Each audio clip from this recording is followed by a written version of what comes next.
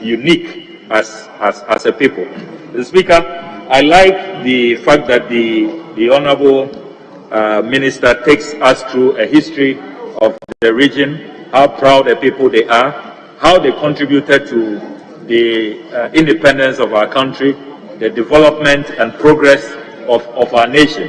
And it makes for very refreshing historical lessons. And this is a paper that, Mr. Speaker, a lot of researchers will find worthy of reference. Having said that, Mr. Speaker, I noticed that the honorable maker of the statement and a lot of our colleagues who have spoken have as it were, focused on only the male contributions. I don't see the mention of any females so far. I think that that is an oversight that we will have to remedy. And so, Mr. Speaker, I want to also place on record that a lot of our northern matriarchs have contributed immensely to the forward march of our country. As a House of Parliament, we cannot forget the first female MP, the Honorable Susan Al-Hassan, who was the first African cabinet minister from the north. The Honorable Hajia Adiza Munkaila, also a very dedicated MP of the CPP tradition. Our own Honorable Hawa Ogede Yakubu, who was so fearless and very, very renowned from the northern region. Hajia Fatih Jaula, who served on the Council of State, and Old Achimotan Francisca Isaka, the Honorable Otiko Jaba, the Honorable Joyce Bawa Mokhtari of the current generation, Farida Bejwe, the software engineer. And Mr. Speaker, I can go on and on with celebrated females who have also supported the men. Our share butter producers, share nut pickers. Mr. Speaker, the economy of the North and the economy of this country cannot be celebrated without the contribution of northern women. The smoke producers, those who weave the smokes, the beautiful smokes that we are all wearing today. So, Mr. Speaker, it has been a great journey of men and women of substance, illustrious daughters also contributing for the forward march of our country. Mr. Speaker, as I conclude because of the time constraints, I just want to draw attention to the fact that we must still be committed to affirmative action. Because of the history of our country, we know that the colonialists ignored the northern territories for so many years. So I am an ardent believer in affirmative action. We must pay attention to ensuring that we lift the northern regions, all of them. If you read the multidimensional poverty index that the UNDP put out recently, the 2020 report, it says out of every 10 people from the northern regions, 8 of them are multidimensionally poor. That is troubling, Mr. Speaker. We cannot accept that. And we also must pay attention to a lot of the fault lines that sometimes leads to conflict, land boundaries, and all of that. So, Mr. Speaker, this is a great statement. We must encourage this practice. I commend the maker of the statement. I salute all the chiefs and the great people of the Savannah region who have come in solidarity with the Honorable MP for Damango. This is a positive development. This is the way to go. And may our country remain united. People celebrate Ghana that despite our diversity, we have never had ethnic strife of the proportions we have seen elsewhere. There's never been civil conflict. And we should keep that unity in diversity. We should celebrate one another. No ethnic group is inferior. No ethnic group is superior. We are all one people with a common destiny. I thank you very much, Mr. Speaker.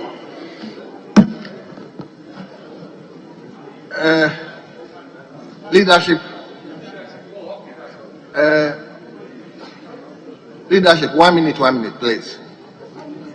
Yes, 1 minute. Mr. Speaker, thank you very much for the opportunity to contribute to the comprehensively researched statement that has been delivered ably by the Member of Parliament for the Damango constituency. Mr. Speaker,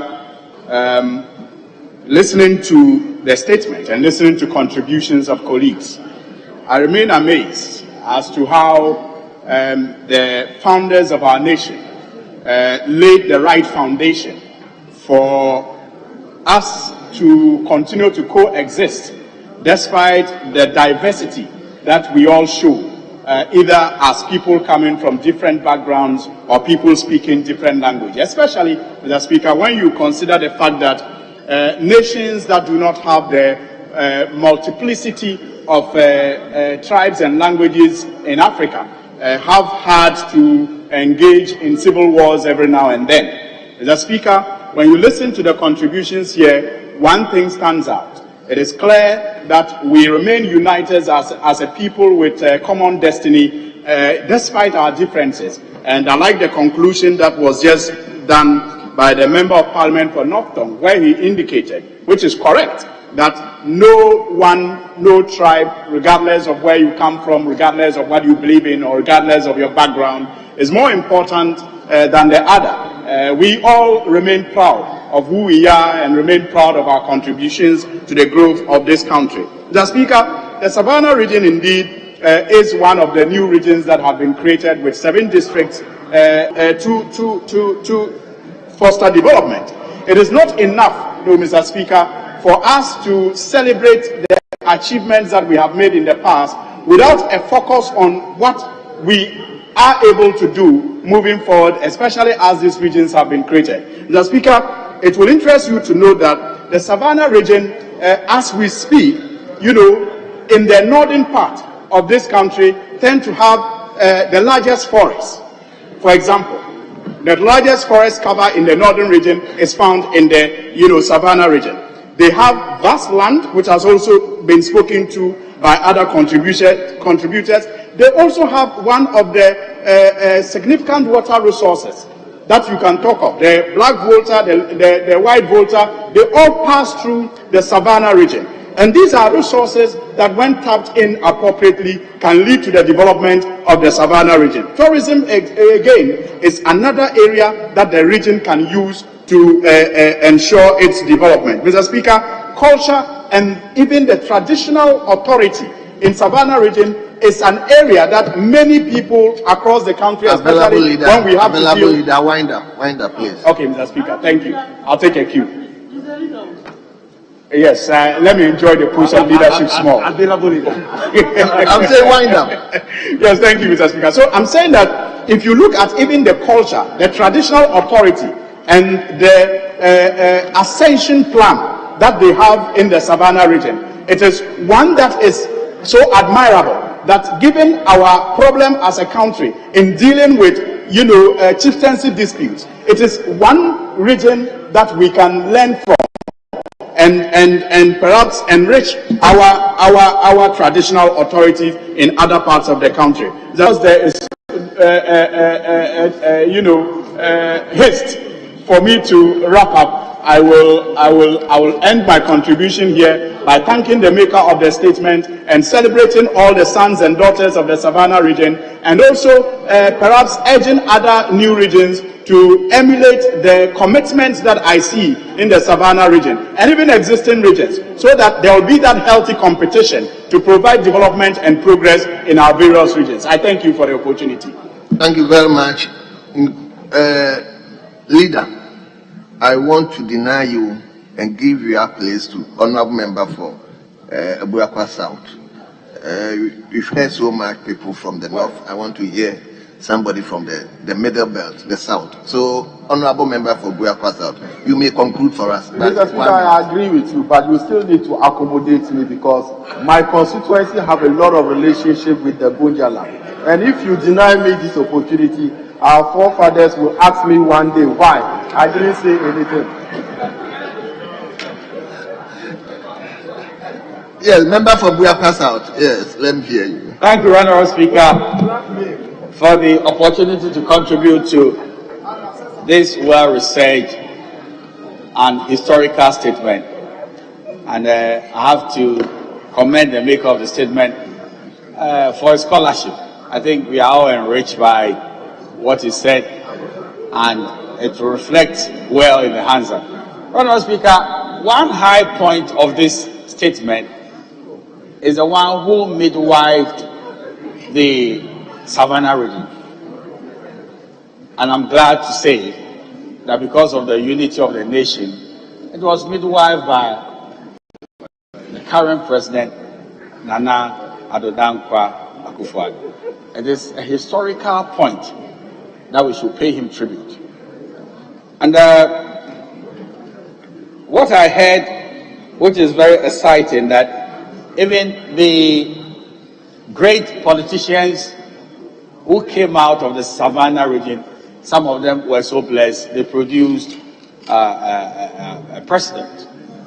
I'm making reference to the great E.A. Mahama, who was the father of our former president, His Excellency President Dramani Mahama. And that is something very, very positive, that when you are a good politician, and the Bible says, let everything produce after its kind, and then you give birth to a son, and the son becomes the president, it is a good class for this nation, and it's one of the exciting things we should look at. Honourable Speaker, what is of great concern to me is the statement that the Savannah region is 1/5 of the land space of the entire realm called Ghana. If this is a fact, that the whole of the Savannah region is 1/5 of the entire realm called Ghana, then I'm tempted to conclude that if we pay due regard to this land space and put it to the best economic use, a time is going to come that the region alone will be able to service the needs of the entire nation. It's very, very important. And I want us to all pay attention to the economic potential of that region. If we pay economic potential of that region, very soon we can say that we did not create the region for entertainment value, but the transformation of this nation is referable also to that region. I'm being told about the necessity to pay regard to cashew production. On the international market, one of the nuts that everybody consumes and is very, very, very expensive are cashew. And therefore, whilst we are paying attention to cocoa in the cocoa producing areas of the economy, why don't we also pay great attention to cashew production in the Savannah region, to the point that Ghana will be a net exporter of cashew? Honourable Speaker, this is the only thing we can do to give meaning and significance to the creation of the region. Honourable Speaker, let me just end by saying one thing about the Plea National Park. I'm reliably informed that it's located in the Savannah region. I do not know of any bonding and entertainment and rejuvenation which will be so interested that the entire Parliament one day will trek to Plea National Park, and then we can relax and then have a lot of entertainment, and that will showcase that area also, and people will go there and pay good money by way of tourism to also raise the image of the Savannah region. In concluding, I want to also acknowledge and appreciate the traditional rulers who have made time to come to this august house for purposes of aiding your way to what Honorable Jinapo has said. I'm praying to God Almighty that you have a safe journey back. And also the young ones who made time to come. History is being written, and the examples are there for you to emulate. That the child is the father of the man. And all the good things you have, you can also achieve it. You can come here and one day, one of you seated here will be the Speaker of the House. So you are encouraged to bring out your potential. And I'm glad that there's no discrimination in Ghana now, insofar as the resources are evenly distributed. Any child anywhere can become whatever he wants to be. Honorable Speaker, I'm very, very grateful that he decided that one who is not in the Savannah region, should add to the cocktail. And I think we've had a good time. I'm grateful to you. Thank you very much. Thank you, Mr. Speaker, for the opportunity to also add a few words to this statement. Mr. Speaker, I think I have negotiated a bit to be accommodated. I represent the good people of Solomon and share boundaries with Savannah region. Mr. Speaker, I want to thank the maker of the statement for his well-researched statement about the Savannah region. Mr. Speaker, the Savannah region have a lot of potentials and a lot of tourist attraction. And Mr. Speaker, the people in Savannah region are very lovely. They are very peace, love-making people. They have a history of relationship in terms of the independence of Ghana. If you look at the formation of the Northern People's Party, the J. Brima, Mahmoud Bawumia, and Yakubu Tali, they came together with the idea that in terms of Ghana gaining independence, the Northern people needed to have a voice. They then formed the Northern People's Party in Tamale, in the Colonel House. And when it was formed, even when they were going for election from 1951 to 1954, J. Brima and that of Yakubu Tali, for their selfishness and their attitude trying to be able to help the Northern people, selflessness, they went as independent members to be able to win, to come to add to the 17 seats that the Northern peoples had, so that they will be able to have equal representation of the good people of the Northern region. Mr. Speaker, at the moment, you see our colleagues from Savannah region. You can see the Minister for Land and Natural Resources. He appear in a smock, which is very important and a serious identity of the Savannah people. You could see the Member of Parliament for Kaboyaman Kargo and that of Salaga North. The only person who didn't appear that is the rather unfortunate, the Member of Parliament for Yape Kusugu, who couldn't show his identity in trying to recognize the Mr. Speaker, in conclusion, because of the relationship our forefathers have, J. Brima, Mahmoud Bawumia, and Yakubu Tale. If you go to Kanda, I am not from Savannah region. If you go to Kanda at the moment, you see J. Brima house.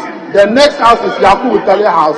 The next house is Dr. Mahmoud Bawumia's father's house. That is the relationship our forefathers had, to be able to have that kind of relationship. Mr. Speaker, now today, we are talking about Savannah region having cement factory, having share nut factory. You ask yourself, where is that region from? It was the wisdom of Nana Addo Akufo-Addo, who thought it wise that the good people of the Gonja land, the Savannah people, deserve to have a region on their own. That is why we have Savannah region now. I pray and hope that moving forward, the Savannah region have produced a president. And next time, maybe a better president should come from this side, but not to allow and to let certain things bring the debate. Mr. Speaker, I was just stating a statement of fact that the president Nana Addo Akufo-Addo created the Savannah region. I thank you, Mr. Speaker. Yes, honourable members, 4 people know. We have come to the end of this particular statement. Honourable members, I wouldn't give you the opportunity, please. No. I mean, some of these things you may take it lightly, please. No.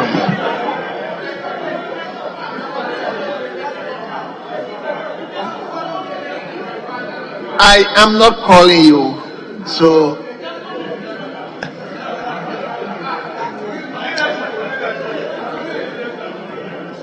available leaders, please. Let's move on.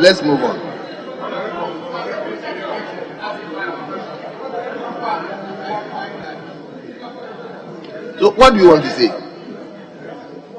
Thank you, Mr. Speaker. Mr. Speaker, this is House of Records. Mr. Speaker, whatever we say here is subject to future references, and students certainly will come one day to review it.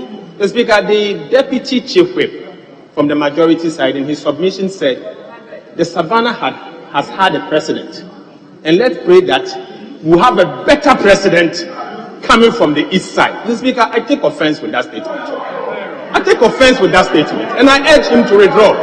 What is the meaning by a better president? Mr. Speaker, it is not right for him to use those words. Mr. Speaker, this is a national statement, and you call on all of us to discuss it. But to say a better president, so Mr. Speaker, with your permission, direct the Hansa department to expound that part of the statement. So you are not happy with the word better person. So please, let's kindly expound that aspect of it, please. Please, let's expound that aspect. Okay, we move on. Leader, it's okay. If they are offended, it's okay. It's okay. It's okay. Please. Crip, yes, let's hear you. Speaker, let me. Speaker, if you indulge me, indulge leadership, for us to go on to public business. Public business, yes.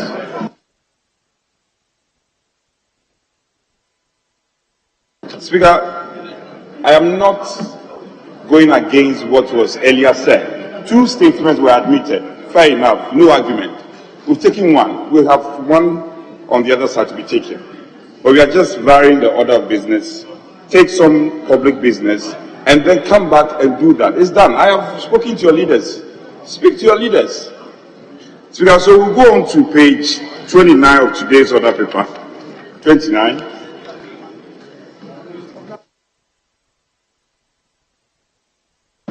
of today's order paper and begin on the note of item 43. Speaker, with your leave, ask the Deputy Minister of Finance to take it.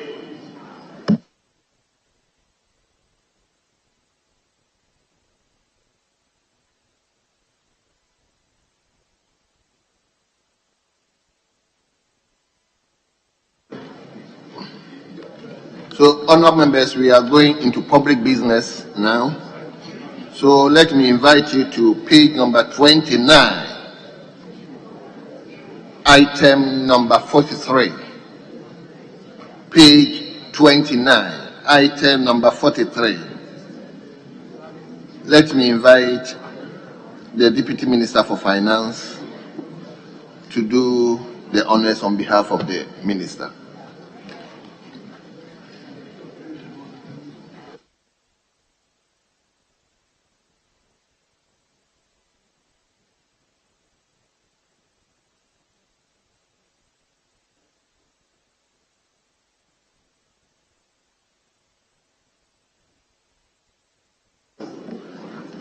Thank you, Mr. Speaker. Mr. Speaker, I beg to move that the Supplementary Appropriation Bill 2021 be now read a second time.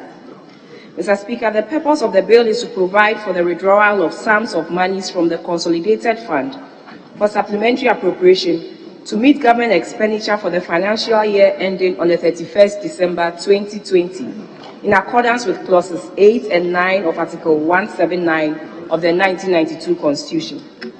Mr. Speaker, whilst implementing the annual budget of 2020, which was approved by Parliament in December 2019 to improve the lives of Ghanaians, the novel coronavirus COVID-19 pandemic struck. The pandemic spread with alarming speed, affecting millions of people around the world and bringing global economic activities to a virtual halt. Mr. Speaker, Ghana was not spared either with the effects of the pandemic and its impact, as the pandemic had largely been felt in people's livelihood, businesses, and posed serious fiscal risks on planned programs and activities of government.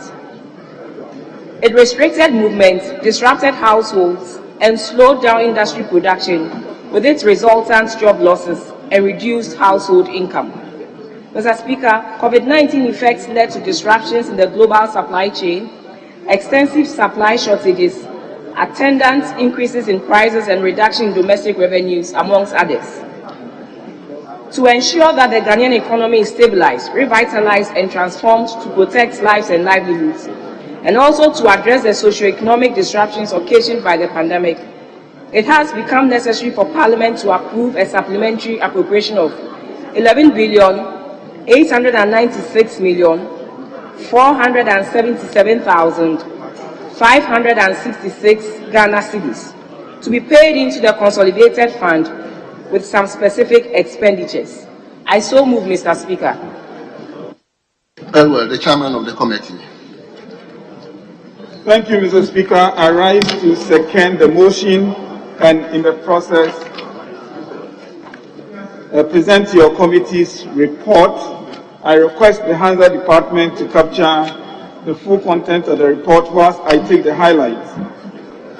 The Speaker, as the mover of the motion has eloquently articulated, the bill is to satisfy the requirements of Article 179 of the Constitution, and your committee met with the officials and noted that indeed they had done what is right. Engaging with the committee, with the officials from the Ministry of Finance, Speaker, we found it necessary to make a very minor amendment. And when we get to the consideration stage, I will be seeking your leave, Mr. Speaker, to effect that amendment. In recommendation, the committee considered that this was necessary. It is a constitutional requirement, and we request this House to give the needed approval. Respectfully submitted, Mr. Speaker. Very well. Honourable members, pursuant to Order 127, we are invited, and therefore we will invite. Is it two from each side?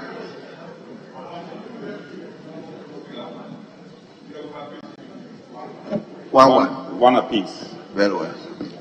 So, yes, Honourable Ranking Member. Thank you, Mr. Speaker. Speaker, thanks once again for giving me the opportunity to also contribute to the motion that was moved by the Deputy Minister of Finance. Mr. Speaker, yes, the supplementary appropriations relate to the year 2020. Constitutionally, it stands adjourned, and we expected to consider this in the following year. Mr. Speaker, we are in the second year, so clearly we are breaching the Constitution for not approving the supplementary appropriations bill for the year 2020. Mr. Speaker, my concern relates to the fact that for the year concerned, the year 2020, we all agree that there was COVID. Mr. Speaker, the quantum of amount that this government decided to appropriate, Mr. Speaker, was a bit too much.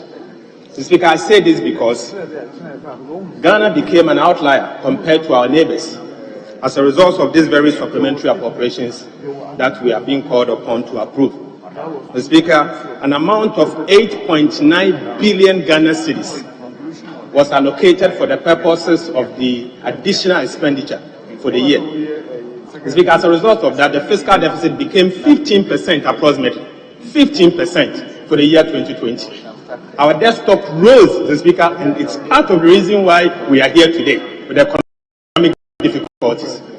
Mr. Speaker, even apart from the 11.8 billion, the Ministry of Finance went ahead and spent additional 1 billion, approximately, in excess of the 11.8 billion that we allocated. Mr. Speaker, as for that one, at the right time, we'll revisit it. But Speaker, let me say, as much as we all believe that this is just a matter that we should all approve, but there are major concerns. The concern is that an amount of 11.8 billion being additional expenditure for 1 year, apart from the amount of 44 billion we had already allocated for the year concerned, the Speaker, was a bit too much. And that is why today our public debt has risen to a level that we call it a debt overhang. The Speaker, going forward, we should learn from this and not to hide behind the pandemic to overspend, because in the end, it will catch up with you. The Speaker, I will wait when we get to the process, and if I have any further questions, any further comment, I'll make it. But at this point, the Speaker, I think that's something that we should all accept and let it go. Very well. One from this side. Mr. Speaker, it's important, thank you, Mr. Speaker. Mr. Speaker, it's important that we understand what we are being invited to approve. Government came here, this House gave government approval to spend additional resources for the year ending 2020.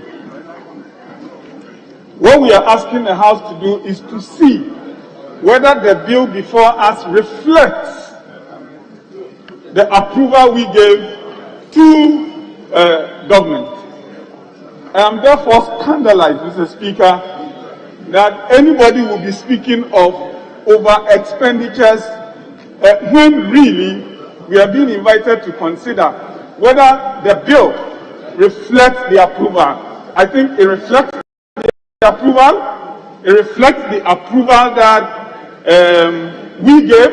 We checked at the committee level in the presence of my good friend, the ranking member, and we all agreed that this indeed reflects the approval and therefore we should pass it into law. I am not sure why anybody will want to be talking about over expenditures. I hope the records will be so corrected. I thank you, Mr. Speaker. Honorable.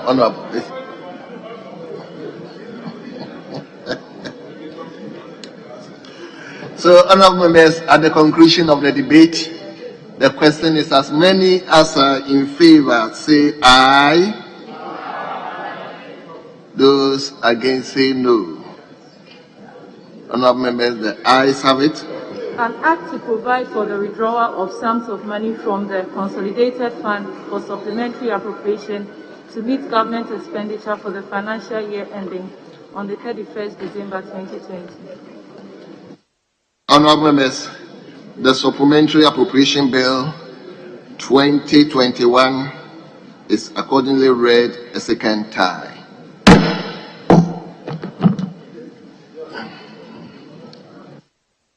Speaker, shall we now go on to item 44 and again seek your leave for the Deputy Minister of Finance to take it?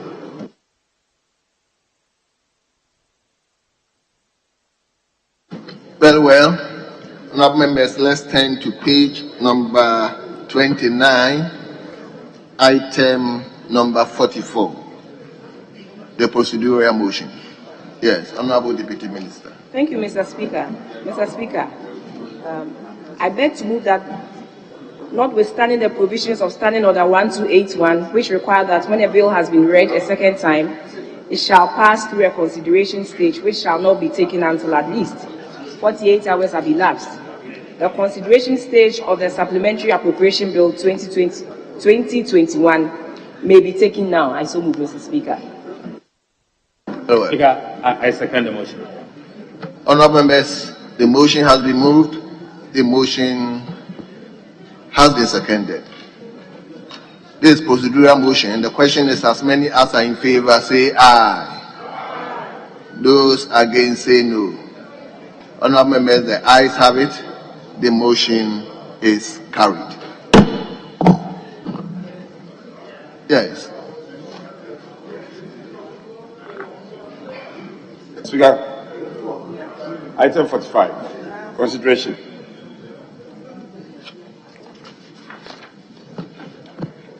Yes. Consideration.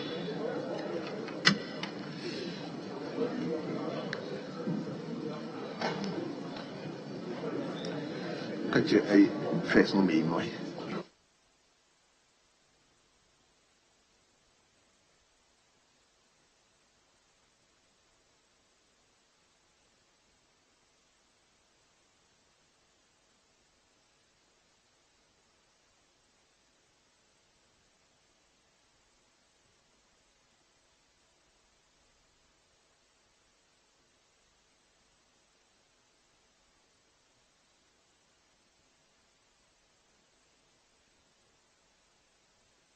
Yes, honorable members, we are at the consideration stage and we are inviting the first deputy speaker to take the chair.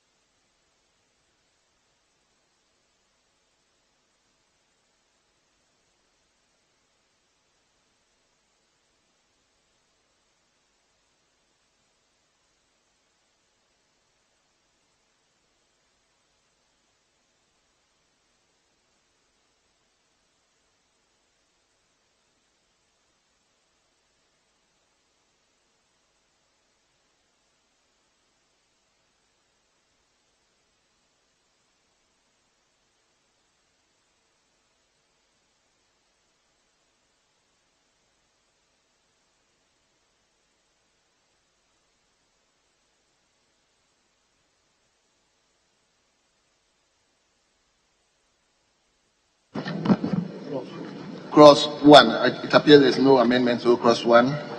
Supplementary appropriation for the financial year ending on 31st December 2020.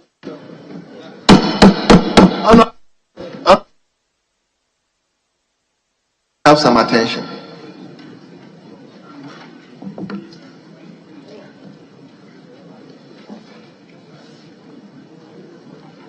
Yes. Read. No amendment.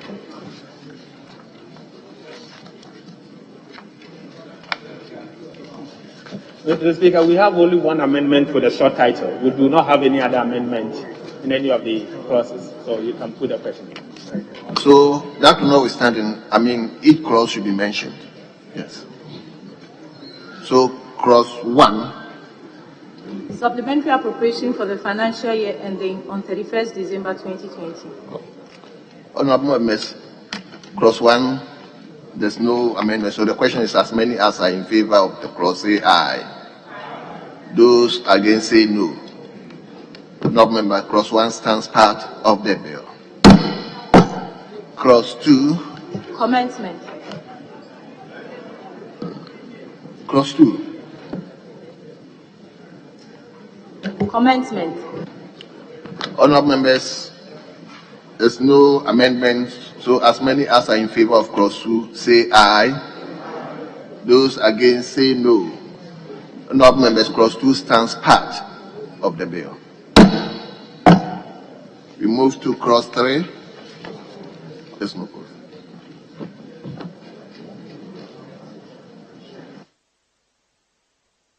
We move to schedules.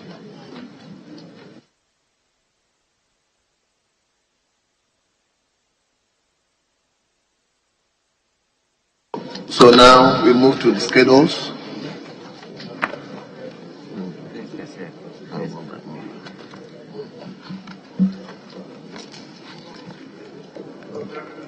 Summary of Central Government Operations 2020.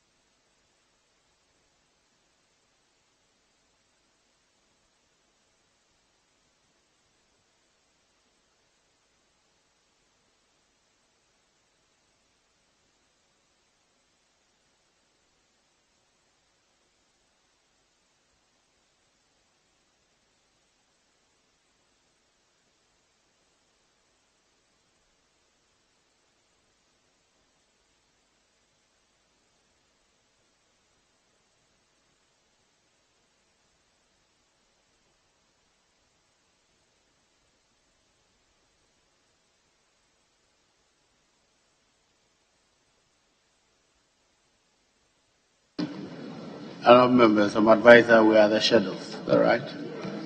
Schedule 1A. Summary of Central Government Operations 2020.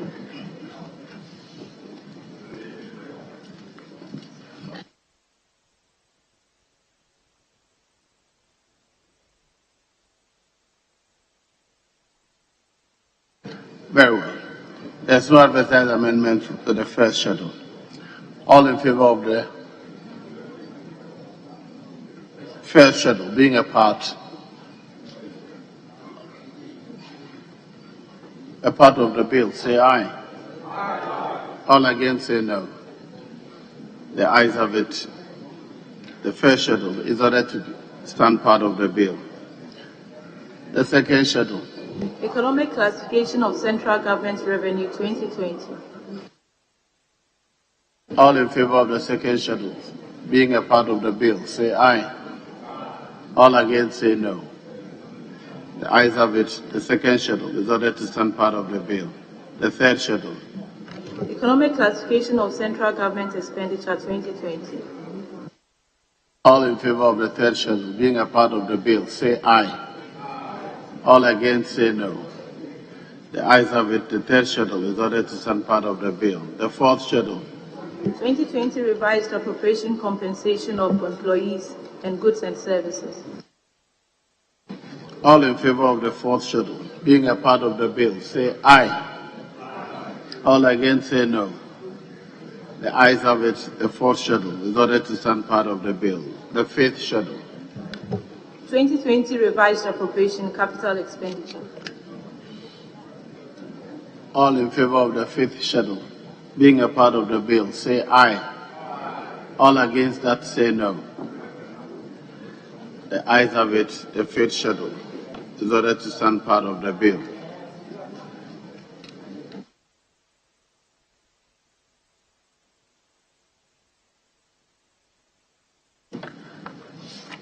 The short title. 2020 Supplementary Appropriation Act 2021. Amendment proposed. Yes, Chairman. Thank you, Mr. Speaker. Amendment proposed. At the beginning, delete 2020. It should be Supplementary Appropriation Bill 2021. The 2020 beginning, that expression is not needed, so it's amended out. Thank you. All in favor of the proposed amendment, say aye. All against, say no. The ayes have it. The amendment is carried. Now, the question is, the short title as amended shall stand part of the bill. All in favor, say aye. All against, say no. The ayes have it. The short title as amended is ordered to stand part of the bill. The long title. An act to provide for the withdrawal of sums of money from the Consolidated Fund for Supplementary Appropriation to meet government expenditure for the financial year ending on the 31st December 2020. All in favor of the long title being a part of the bill, say aye. All against, say no. The ayes have it. The long title is ordered to stand part of the bill. That brings us to the end of consideration of the Supplementary Appropriation Bill 2021.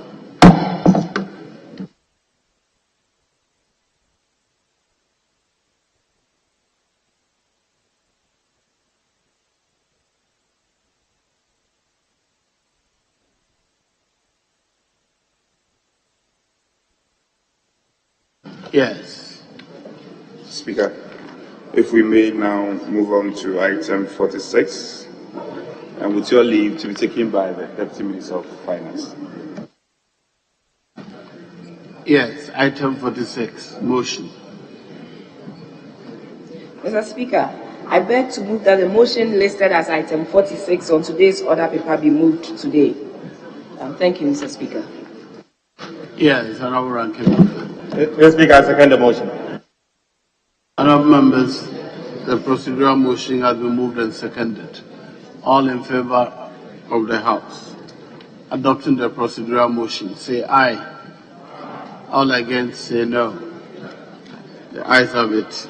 The procedural motion is adopted. Item number 47, Supplementary Appropriation Bill, motion.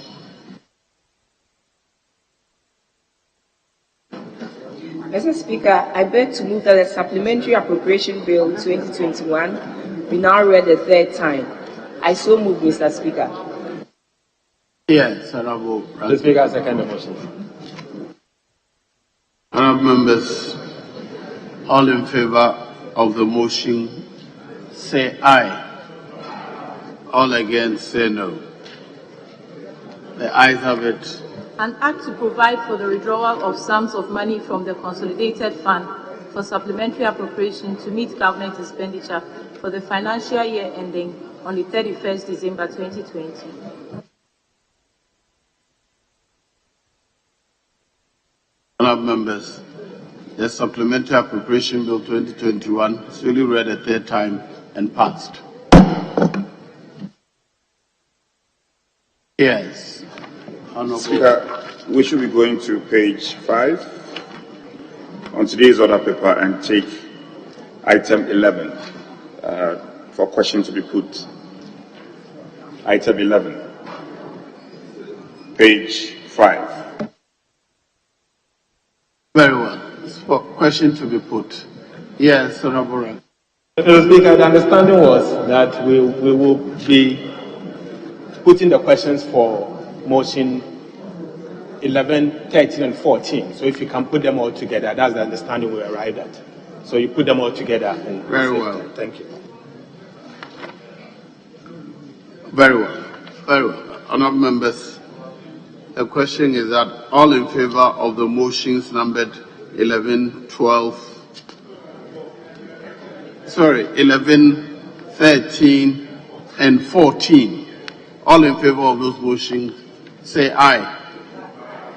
All against, say no. The ayes have it. The motions are adopted. 15. Very well. Item number 15, a resolution by the Minister. Yes. Mr. Speaker, I beg to move that the resolution captured as item 15 on pages 7 and 8 of today's order paper be adopted now. I so move, Mr. Speaker. Yes. Who is seconding the motion to adopt? Chairman of the committee or ranking member? Who is? Yes, ranking member. Mr. Speaker, this was the motion we took yesterday, the rescission motion. So, Mr. Speaker, I second the motion. I second the motion. Very well. Honourable members, all in favor of the House adopting the resolution numbered 15 on today's order paper at page 7. Say aye. Aye. All against, say no. The ayes have it. The House has adopted the resolution numbered 15 on page 7 of today's order paper. Yes. Speaker, with your leave, if we have business, and revert back to questions and take question advertised in the name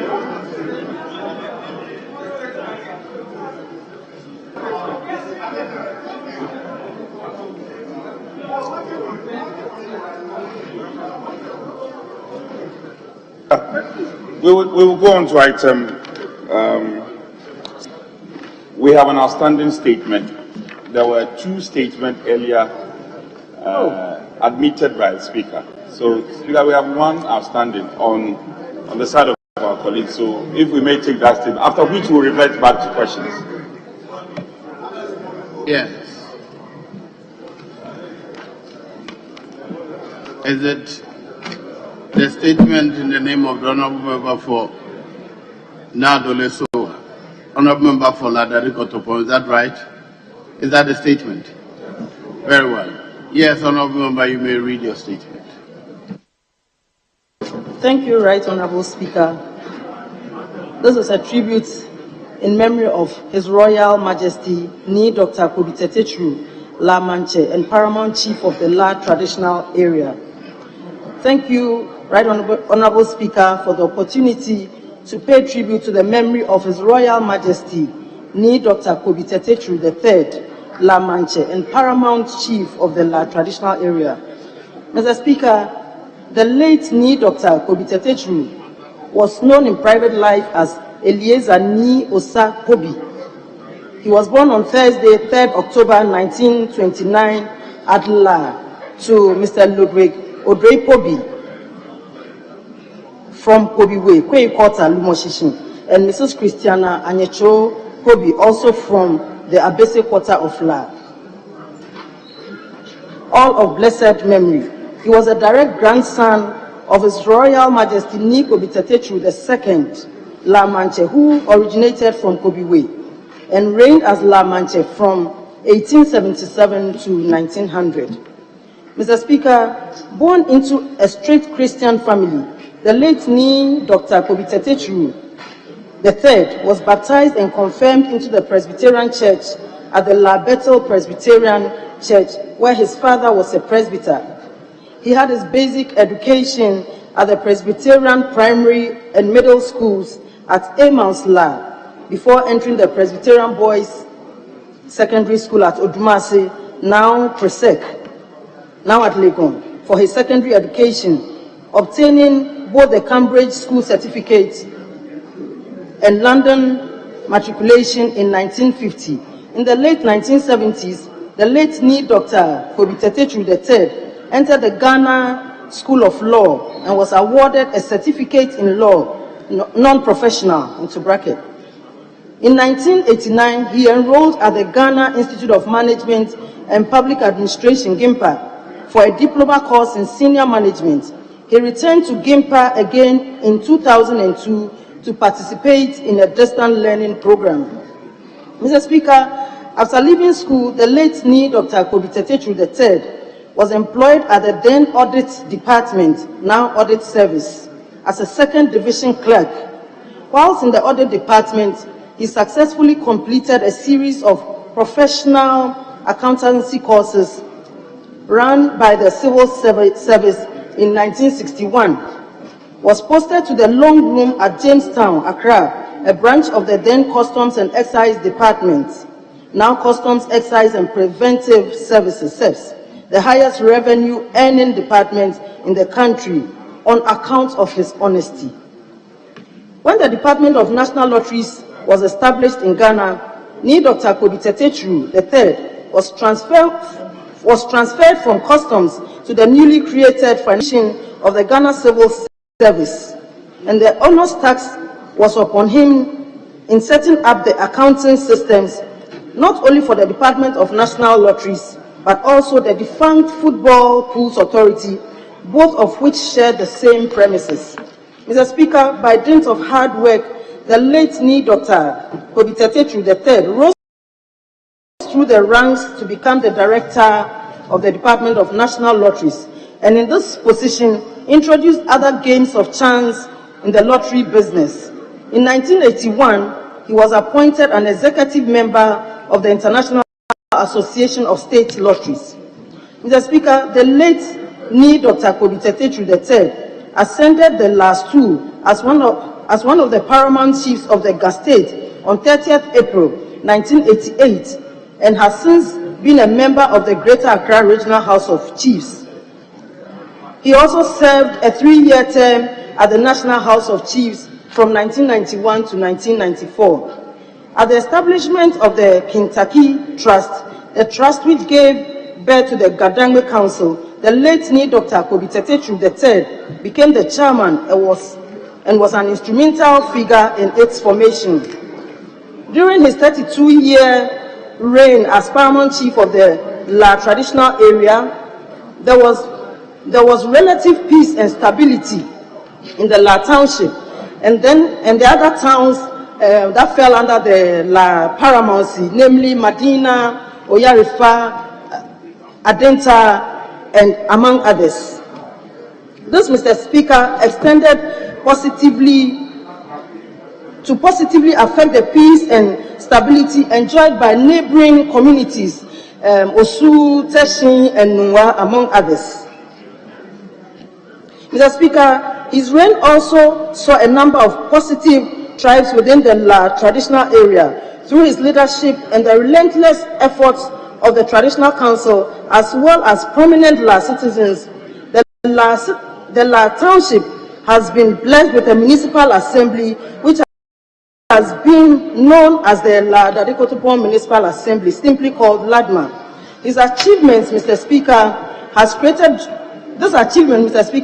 created job opportunities for the people of La, and has also undertaken a lot of developmental projects in the La township, such as the newly constructed La market.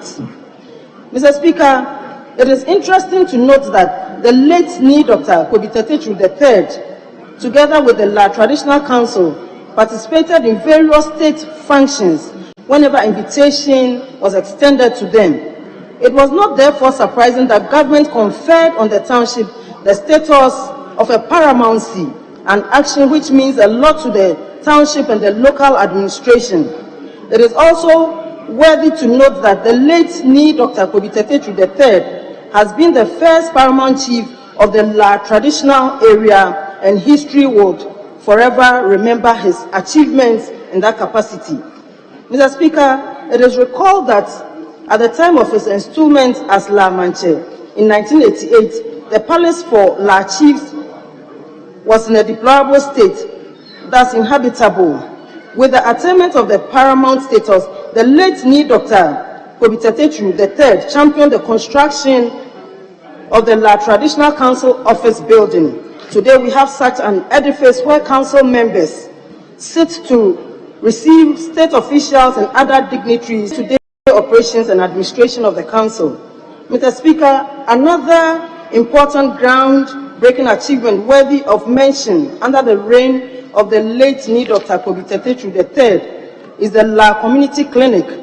Under his leadership, together with the traditional rulers and the La Mansamonpe, obtained a piece of land where it has constructed its office premises, community clinic, and recently established Latenu radio station. And that is the place we also have the La Polyclinic, which is currently serving the people of La. Accordingly, Mr. Speaker, these developmental projects has created avenue for employment for the La State and has also established a source of revenue for other developmental projects. Mr. Speaker, as one who knows the worth of education, the late Dr. Kobitetetru, together with the traditional authorities of the La State, pushed for the establishment of a senior high school in the La community. Their efforts paid off with the blessing of the La Presbyterian Senior High School, known as La Presec. The instrumental role played by the Office of NILA and traditional authorities is written in gold in the history of the school. He was awarded an honorary doctorate degree in law by the University of Ghana, Legon, and has since been participating in the university's various activities and programs. Despite his commitment to work and globetrotting to conferences, seminars, and workshops, the late Dr. Kobitetetru III was a family man extraordinaire. He found time and space for the family and was a beacon of light for the Kobi and allied families as well as the entire community. He believed in the commonwealth of the family, education, and a good name. He availed himself energy and resources to nurture the entire family as well as other citizens of La. He ensured that each gate of the family received its fair share of his counsel, mentorship, education, and necessary support. And I am one person who received so much from him as his granddaughter and Chalu. And Niya Modin II, La Akwashonche, on Saturday, November 17th, 2018, just after the 30th anniversary celebration, Ni started complaining of ill health. His health deteriorated faster, and on 3rd February 2019, he was admitted at the 37 Military Hospital until the morning of 4th February 2019, when God in his grace peacefully called him to glory. Mr. Speaker, his demise has indeed created a vacuum in the La traditional area and by extension in the Ghana states. This is a loss not only to the people of La, but a loss to the country as a whole. It is my prayer that God give us the fortitude to accept his loss. Mr. Speaker, the burial and the funeral rites are underway, which started on the 14th of March, Monday, and viewing or filing past is ongoing. His burial service will be held on Friday, 18th March 2022 from 9 a.m. at the La Royal Palace. Mr. Speaker, I wish to invite honorable members to come and mourn with us, the people of La Dadekotopon, especially members of parliament who are constituents of Dadekotopon. Ni La Ko, Ni Po, Ni Kobitetetru III, Po, Ni Yawo Jobang, Yanu Cholemni, Ni La rest in perfect peace. Thank you once again, Mr. Speaker, for the opportunity.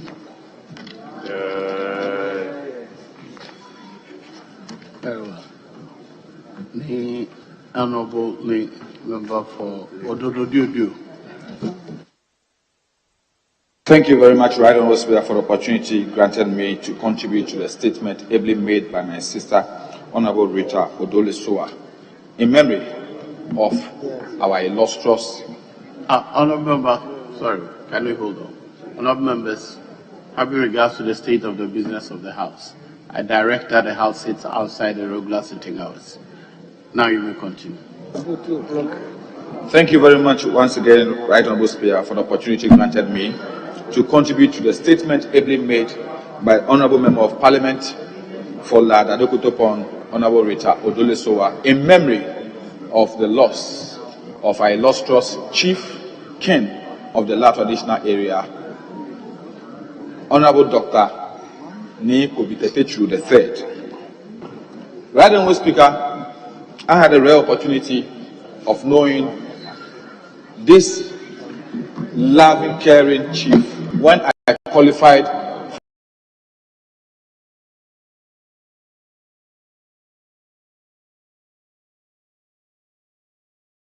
the first time to go to secondary school.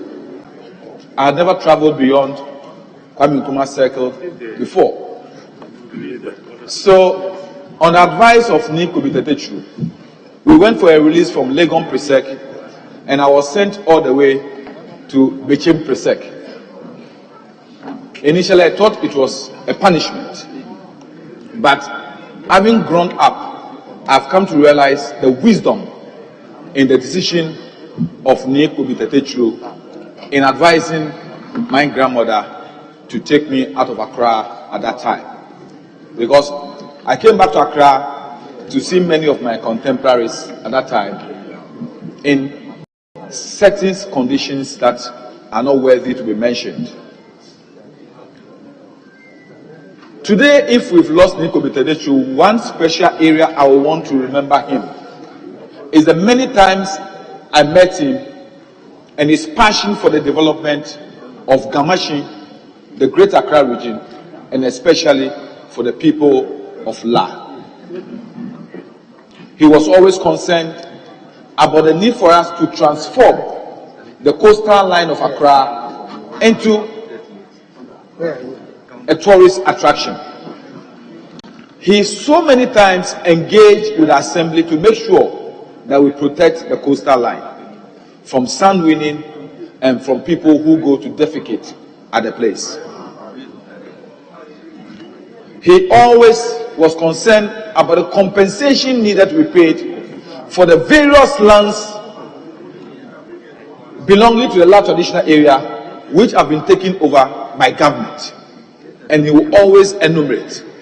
Special mention of the land taken over for the trade fair site. He thought that if the people of La will be given what they are due, they could use it to develop the La community much more better than we found it.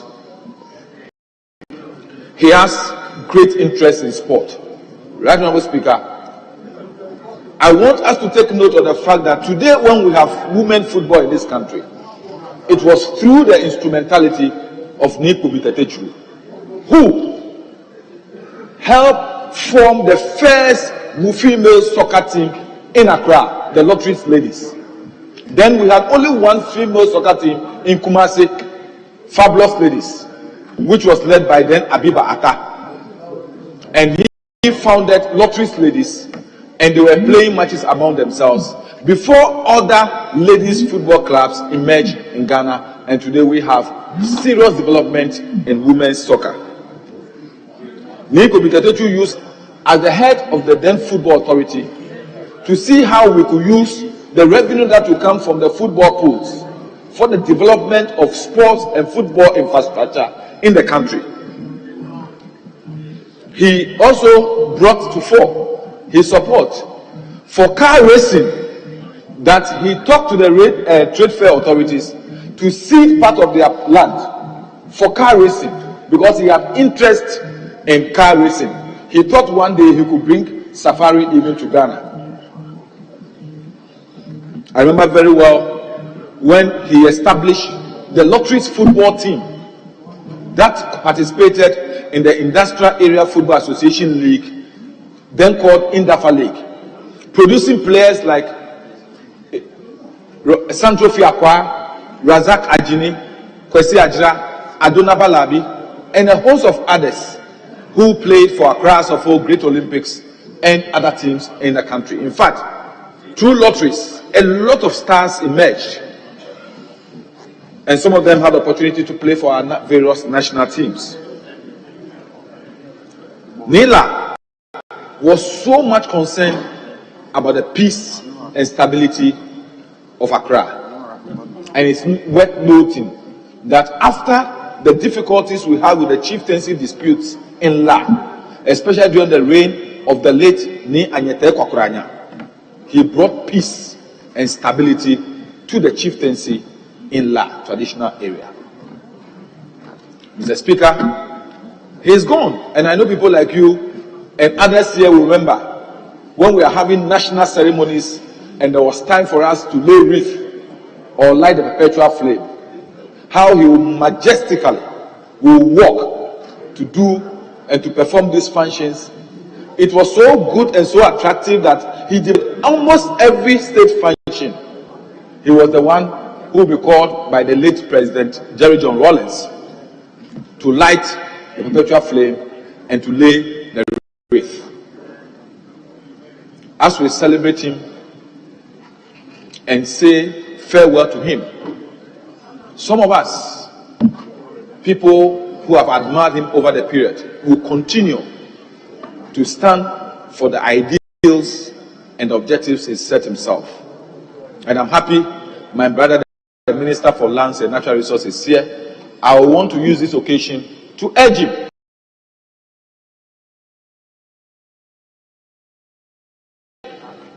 to respond immediately to the fight of Nico Bitatetru, that compensations due and lands that have been taken over by government but which government have no use now are restored to the people of La.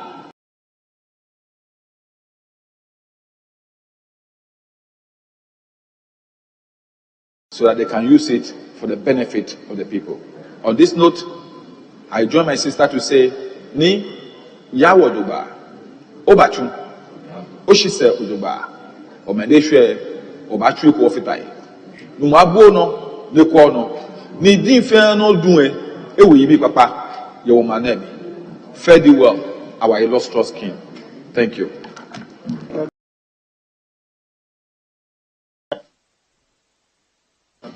Yes, honorable member for.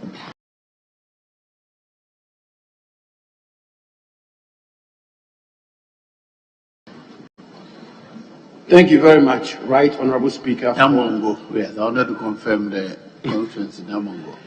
Thank you very much, Right Honorable Speaker, for the opportunity to contribute to this statement. And let me, Mr. Speaker, first of all, thank the maker of the statement.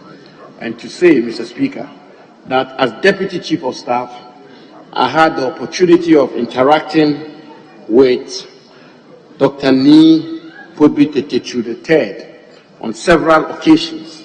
And indeed, some of the matters out at the time, some of the matters or briefs that I was assigned to work on related to matters to do with lands, the lands issue, the very controversial, famous land issues. Little did I know, Mr. Speaker, that I'll be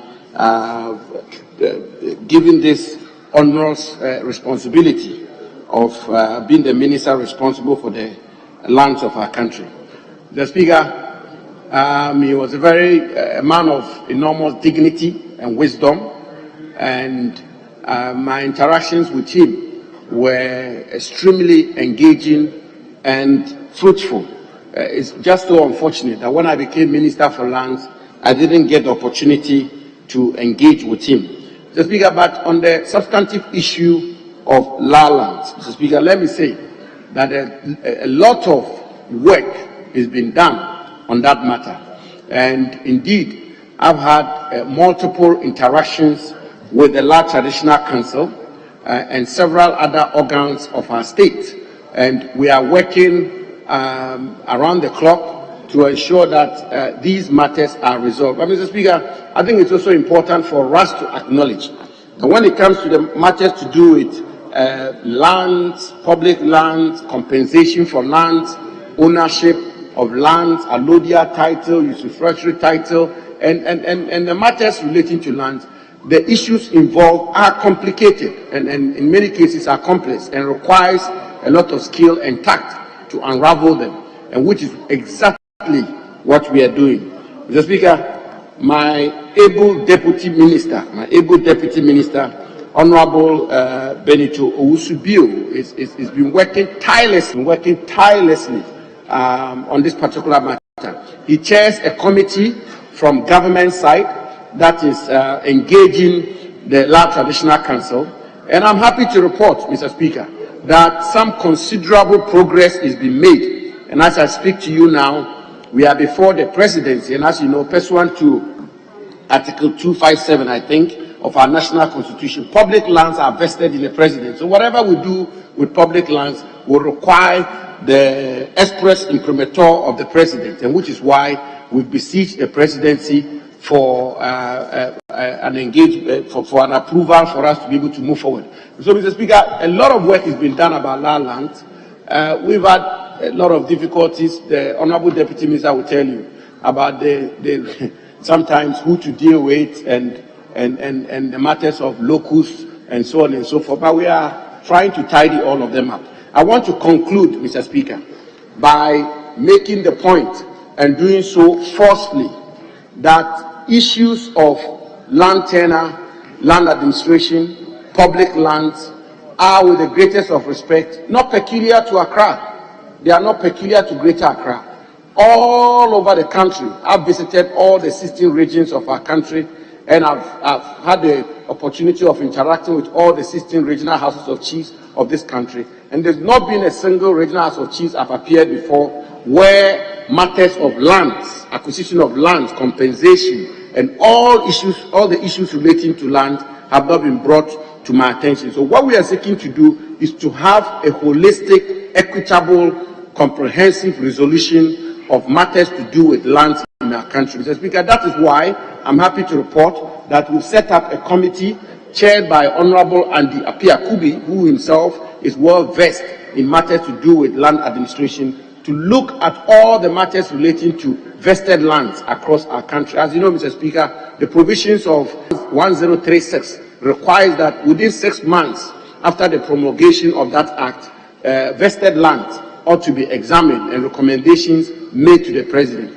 That is exactly what we are doing. Mr. Speaker, the government of President Akufo-Addo is working tirelessly to resolve the matters to do with La lands, Greater Accra lands. In fact, a good number of them have been returned already under President Akufo-Addo. Considerable number of lands have been returned to the people of La under President Akufo-Addo. And other regions, considerable tracts of land have been returned to chiefs in various parts of our country. But we will holistically and once and for all resolve this age-old problem of land tenure in our country and the agitations of our chiefs. We are working day and night to resolve it once and for all. These are systemic, endemic problems from 1957, but this government is determined to resolve them. As I say, we've done a lot already on this matter, and we'll continue to work for the people of Ghana. Thank you very much, Mr. Speaker, and I thank the maker of the statement.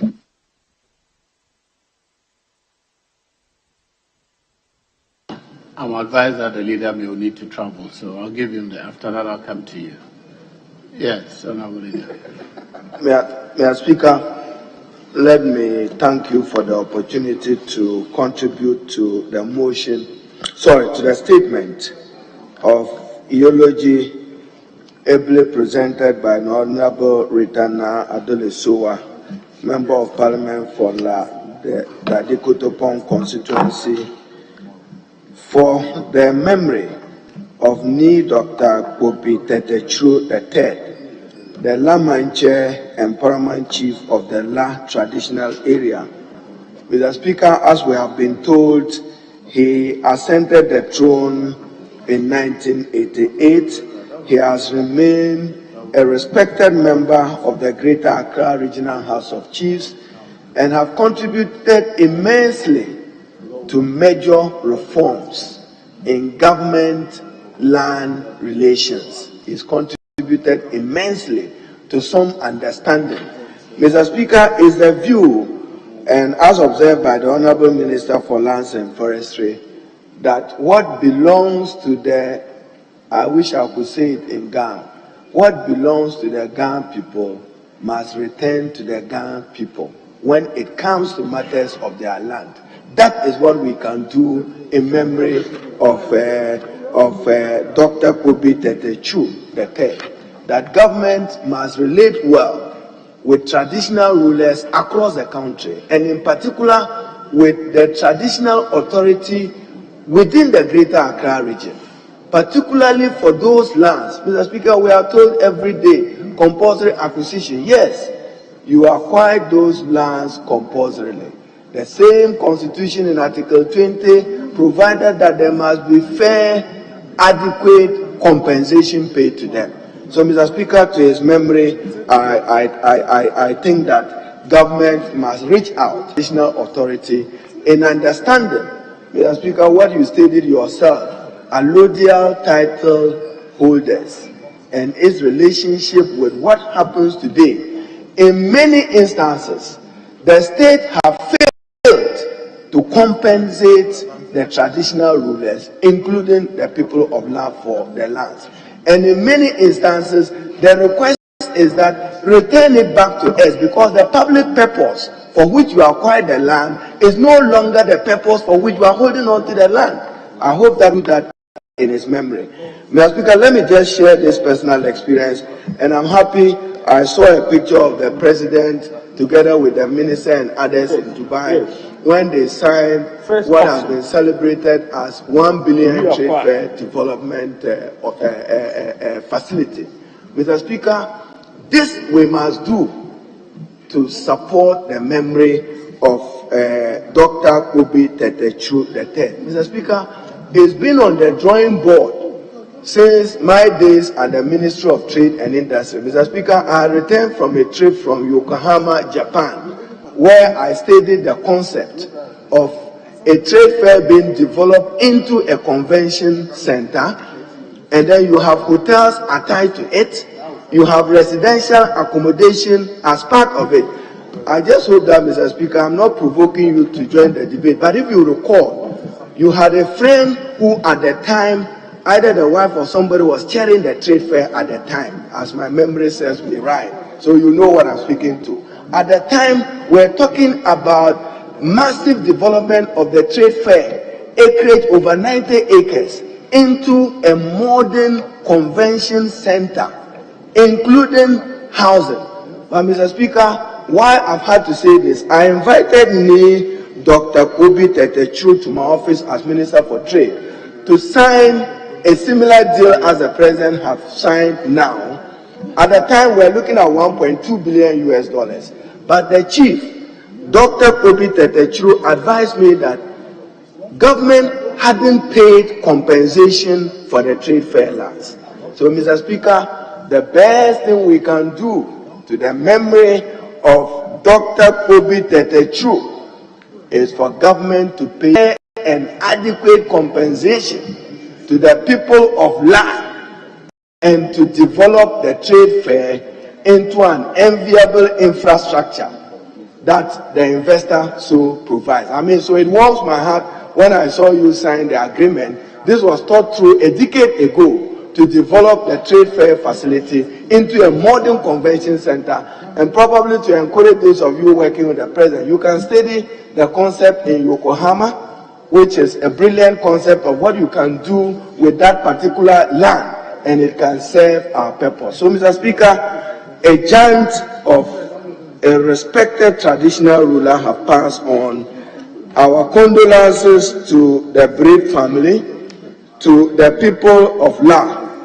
He served this country as a statesman, played many roles, and Mr. Speaker, we can't take it away from him. He was a very peaceful person, and his calmness inspired peace in the people of La. Let his death awaken government to a better and improved relations with traditional rulers, particularly the chiefs and people within the Greater Accra region, who are laboring that those lands you took, for which you are not using it for the public purposes, return it to us. Mr. Speaker, with these comments, may his soul rest in perfect peace.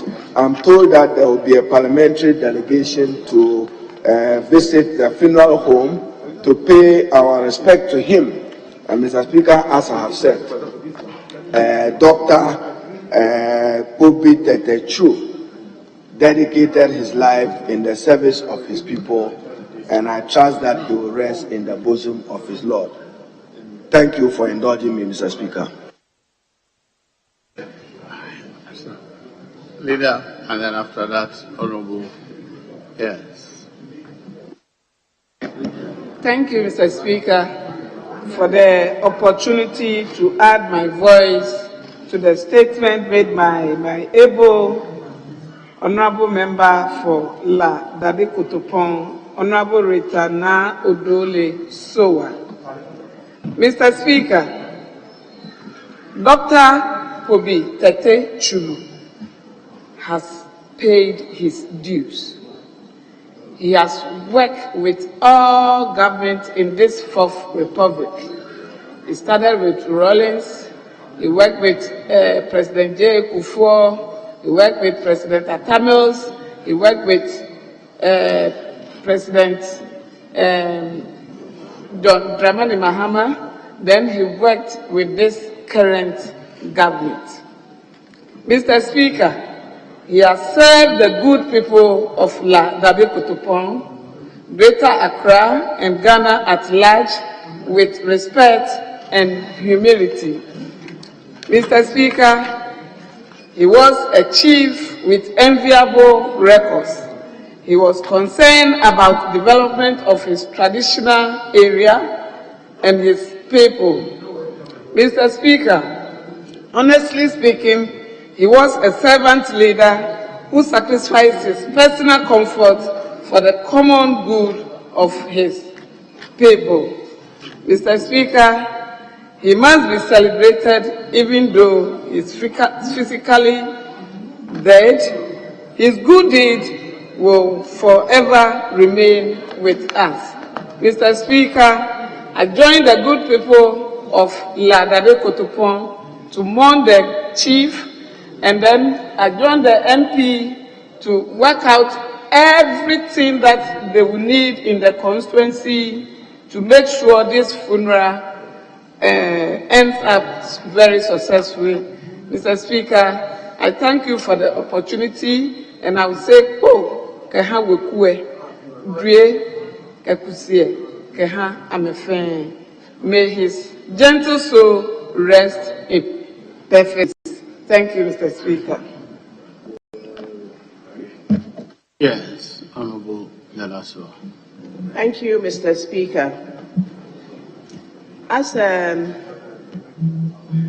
La citizen by marriage, I rise to associate myself with the tribute ably paid to the late Nii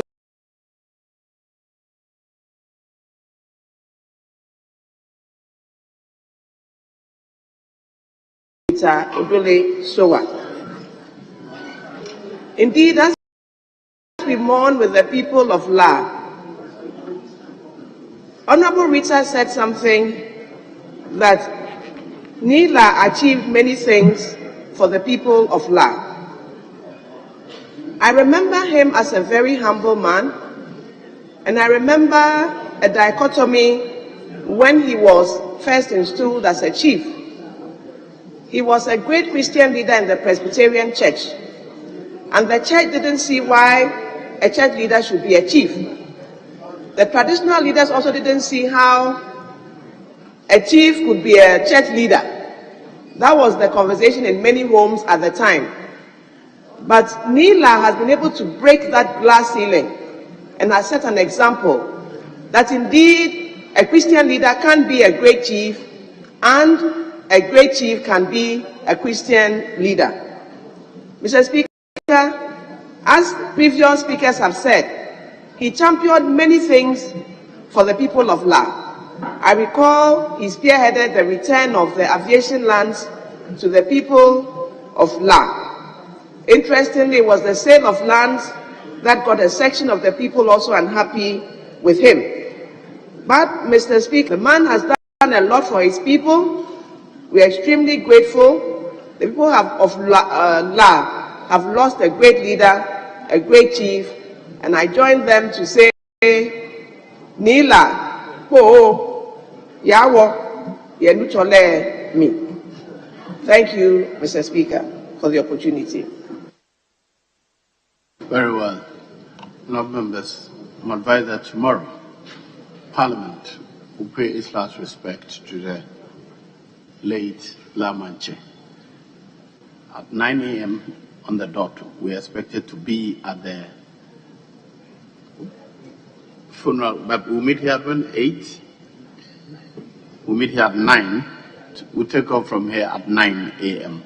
So we encourage all members, particularly from Greater Accra region, to join the leadership of Parliament to pay our last respect to the landlord of the Parliament House. Yes, but it is our practice that we observe a minute silence in honor of the late. Shall we rise?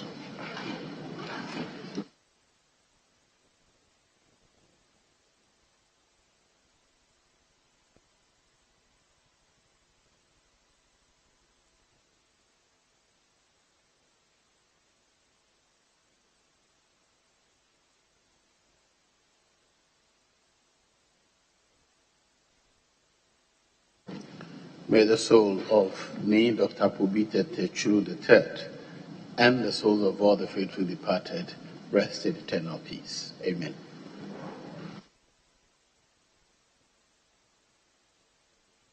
Yes, Honorable Chief.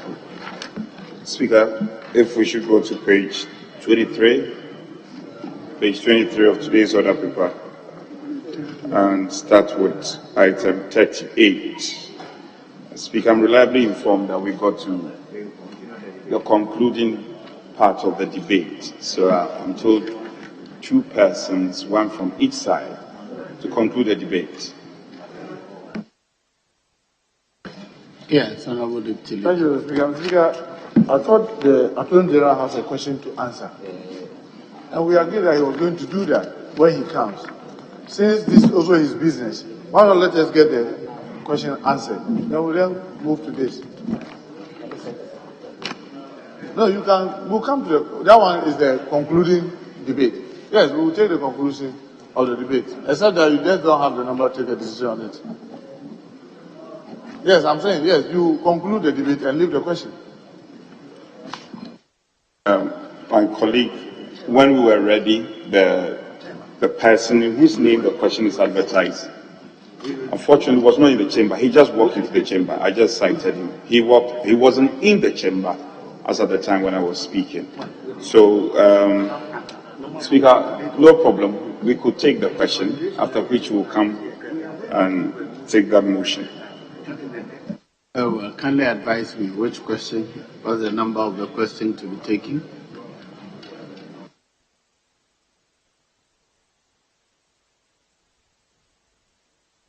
So, which question? Question number 1. Question number 5, C. C for camel. An urgent question. Very well. Yes, the minister is taking his seat. The honorable member for Medina, Francis Xavier Susu, you may ask your question, urgent question. Thank you very much, Right Honorable Speaker. Right Honorable Speaker, I rise to ask the Attorney General and Minister for Justice the measures being taken to ensure safety in our law courts in the light of the recent accidental discharge of firearm at the law court complex in Accra. Yes, Honorable Minister. Thank you very much, Mr. Speaker. Mr. Speaker, discharge clearly was accidental, and I'll proceed respectfully to set out the relevant matters that led to the discharge. The Speaker, At 11 a.m. on 23rd February 2022, the High Court Criminal Division 5, presided over by Her Ladyship Justice Lydia Osei-Mafo, sitting at the Law Courts Complex, sat to hear the case Republic versus Samson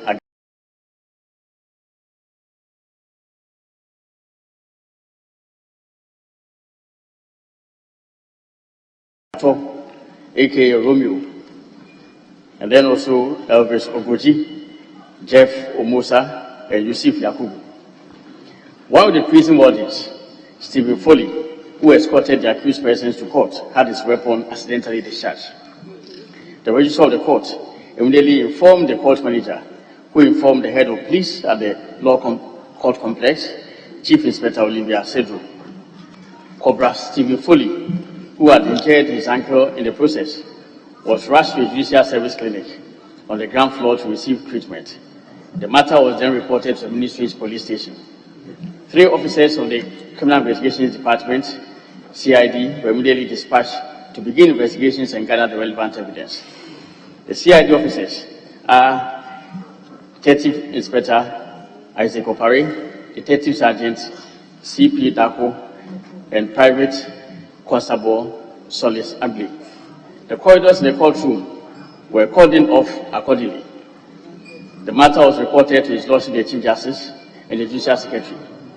His Lordship immediately directed that a press statement be issued to allay the fears of the public.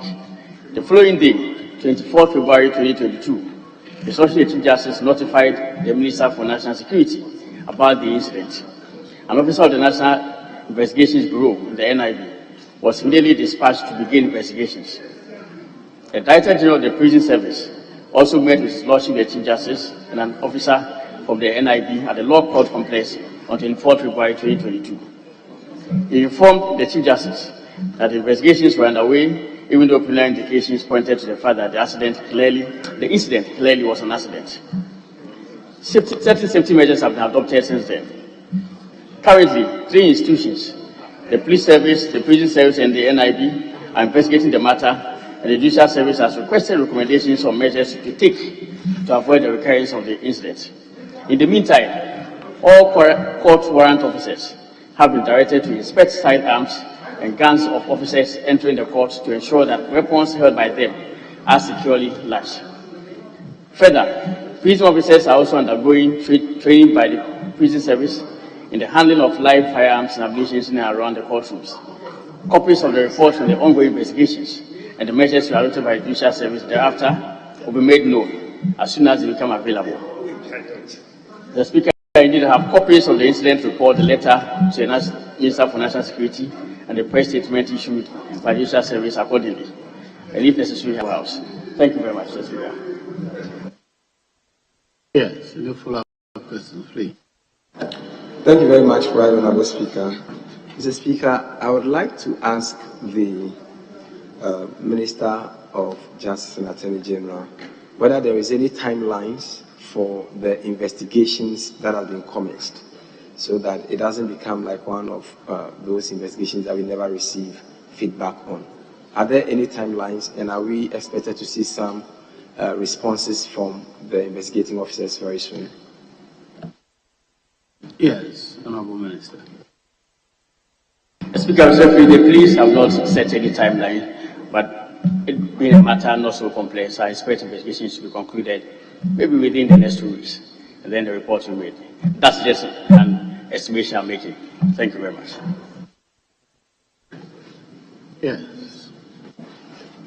Honourable Speaker, would the Minister for Justice and Attorney General and the various security forces consider a policy that would not require the use of such heavy firearms in the courtroom or the presence of the court to avoid the said incidents that happened on this occasion?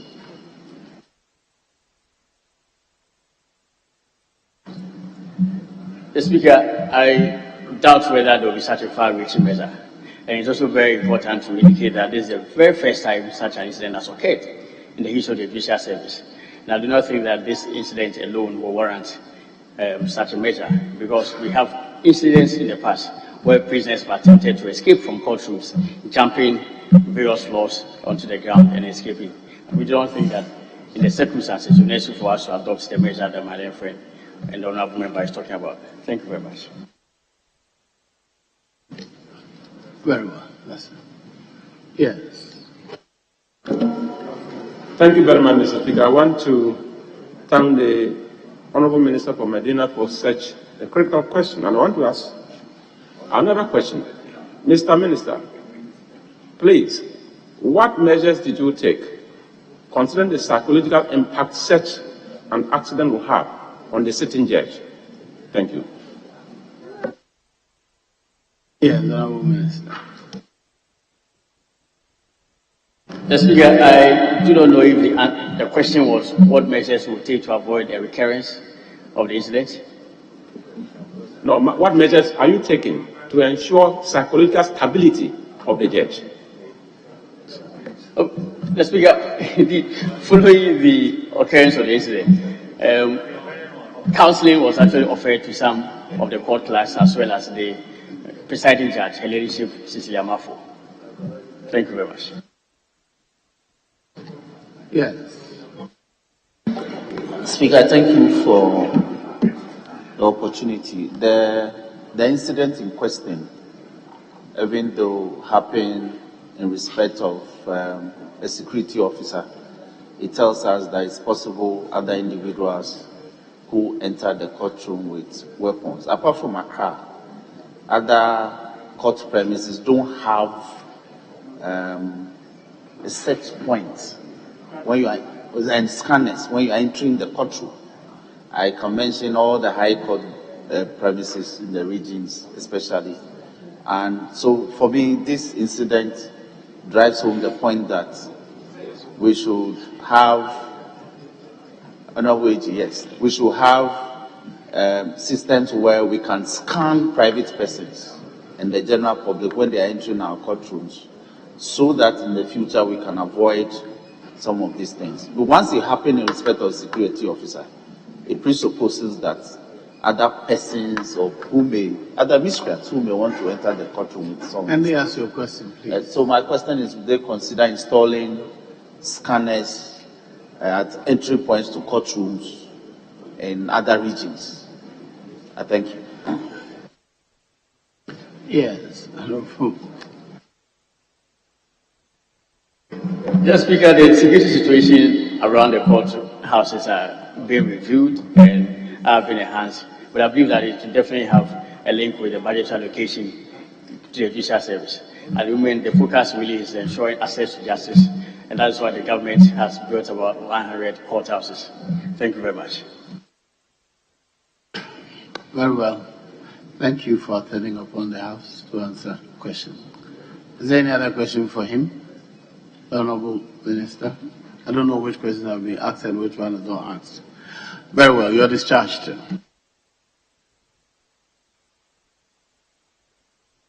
Speaker, we should be going to page 23 of today's order preparing take item 38. Item 38, Speaker. Page 23.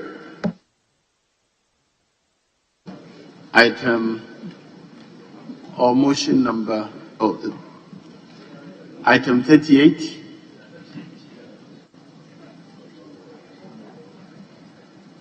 Yes.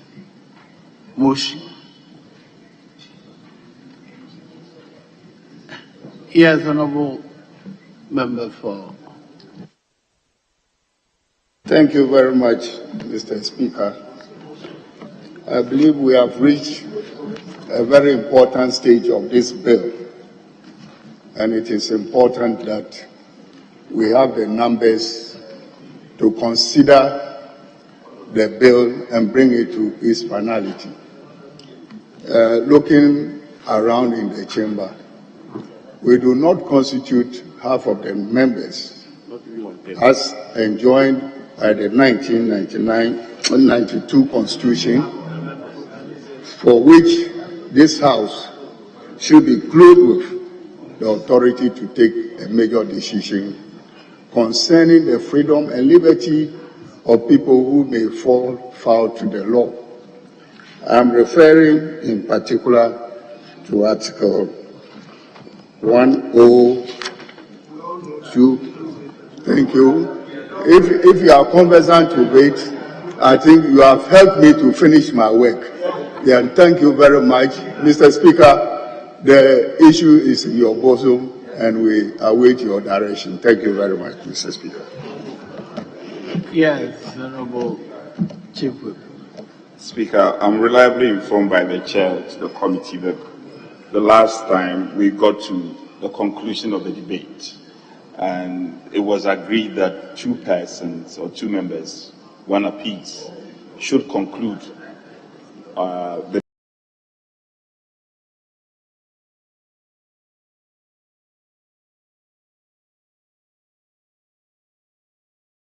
we can cross it as such. Are you referring to motion item 38? Certainly, Speaker.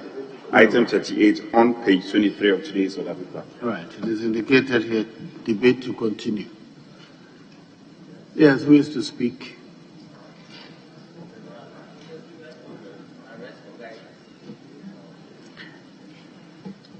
I am hearing the debate. If you want to contribute after him, I'll give you the floor. Yes, Honorable Member 4. Well, Ms. B, he said he's asking for guidance. Thank you very much. Yes, Mr. Speaker, I'm happy to contribute to the debate, but may I remind my colleague, I'm not sure you are referring to the right issues in that particular... Kindly continue. Just to correct you. It was for me to rule. I deliberately did not rule. Okay. So please proceed. I thought I should remind him. Okay, I'm grateful to the Speaker. You did it on purpose. Mr. Speaker, this is very important. The whole criminal jurisprudence of the country, Mr. Speaker, needs a good scrutiny. I think we started from somewhere, particularly with this. The rationale behind this, looking at the memo to the bill, Mr. Speaker, is really to ensure that as much as possible, the resources of the country, of the courts, talking about the courts, the judges, and indeed the public purse, Mr. Speaker, is not expended.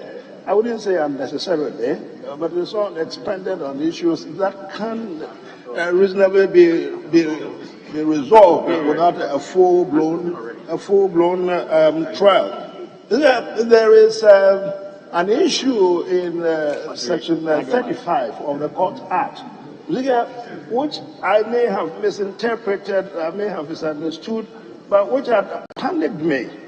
I had understood that to be that whatever you steal as much as you want, public money or whatever, and you go to court and you're able to tell the court and the prosecutors that you are prepared to return the money, they let you go free. I haven't quite understood that. This seems to be an entirely different ballgame altogether.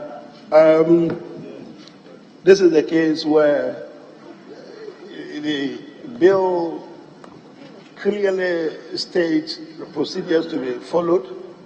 Speaker, in the end, if it is decided that it's a case for bargaining, then the court decides, of course, the prosecution and the accused person, ultimately the court decide what is to be done. It's not simply looting. It's really not a license to the looting brigade at all. You don't loot, go away, and then eventually you return the money, you regurgitate it, you vomit it, and then you're supposed to go scot-free. It doesn't work like that. Mr. Speaker, it's a case where the courts, together with the parties, particularly the prosecutors, decide that this may be a case which is appropriate for a plea bargain.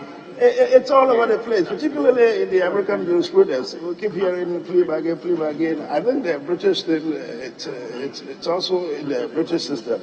Though I don't remember it being so clear. I don't quite remember that one. But the American thing is very clear. Plea bargain. Simply come up with some terms which are acceptable to the prosecutors, eventually to the court, which then relieves the system of having to expend all the energy, money on seeing it through to full prosecution. I think it's a good one. Let's have a good look at it, which I think we are doing now. I'm just disappointed that my friends, the numbers, look at the number is fine, so we can continue and then put a question there. Everybody is here now. So I am happy to contribute to it, and I would also sit down and then help my colleagues go through and make sure that we conclude the debate and possibly also go through the consideration. So much, not very few clauses that need amendment. But in all, I think it's a good thing. It's a good thing. What has troubled me, Mr. Speaker, is looking at it. The Attorney General is sitting by me. He would probably, in the fullness of time, explain. And I see that in his amendment that he's brought, he's suggesting that this clause, the 162Q, subsection 1, subclause 1, should be deleted. I don't quite understand what he means by that. The minority said it should be deleted. Forgive me. I do you considerable injustice. Forgive me. I didn't quite read it well. Well, they won't have their day. You can't have that deleted. The ranking member said the whole of that should be deleted. Mr. Speaker, I won't speak to the ranking members. I thought it was the Attorney General. If it is the ranking member, we'll make sure that it is not carried. It's not carried because it's repugnant. Did I listen to what? Well, I'm responding to you as if you are the deputy speaker. You are not. I answered to the presiding deputy speaker. Mr. Speaker, I think it's about enough. We'll get on with it. Thank you very much. Yeah. Are you going to contribute? I thought I recognized him first. But he is an honorable member for the Bongo or Tongo? Talensi. Yeah, thank you very much, Mr. Speaker. I think that my colleague made a very big mistake by referring to the numbers being insignificant. The 1992 Constitution, Article 104, is very clear about issues of this nature. So if you are making an appeal, you go straight to make an appeal, but to say the numbers have increased, and as we sit here, we don't constitute up to half the number. You made a comment to that effect, and that is why I want you to understand that I am talking about the Constitution and not from BT Baba as an ordinary member. So let's respect the Constitution and work with the Constitution. Thank you, Mr. Speaker. Yes, Honorable FM. Switch off your mic, please. Speaker, I thank you for the opportunity to add my voice at this stage in terms of the adoption of the report, and pray that that be done so that we can move to the consideration stage of the bill. Mr. Speaker, in doing so, I believe that the entire plethora of Article 19, which is on fair trial, will be taken into consideration seriously when we get to the consideration stage of the bill. Particularly, Mr. Speaker, because if you look at the amendment being proposed to the bill as advertised, indeed, we seek to, in fact, enlarge clause 162A,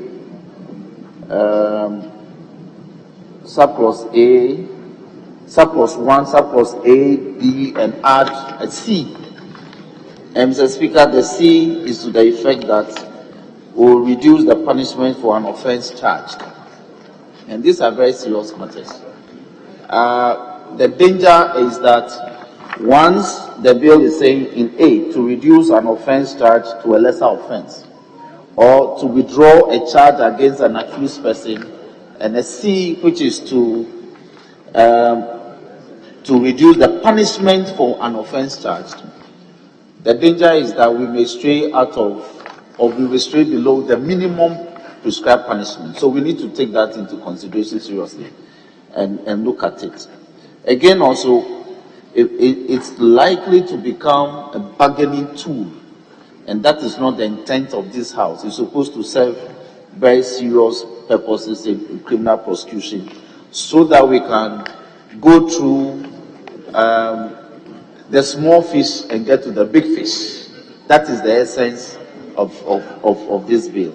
So, Mr. Speaker, with these words, I want to urge the House to adopt the report as submitted, and so that we can move to the consideration stage and deal with the bill. I thank you for the opportunity.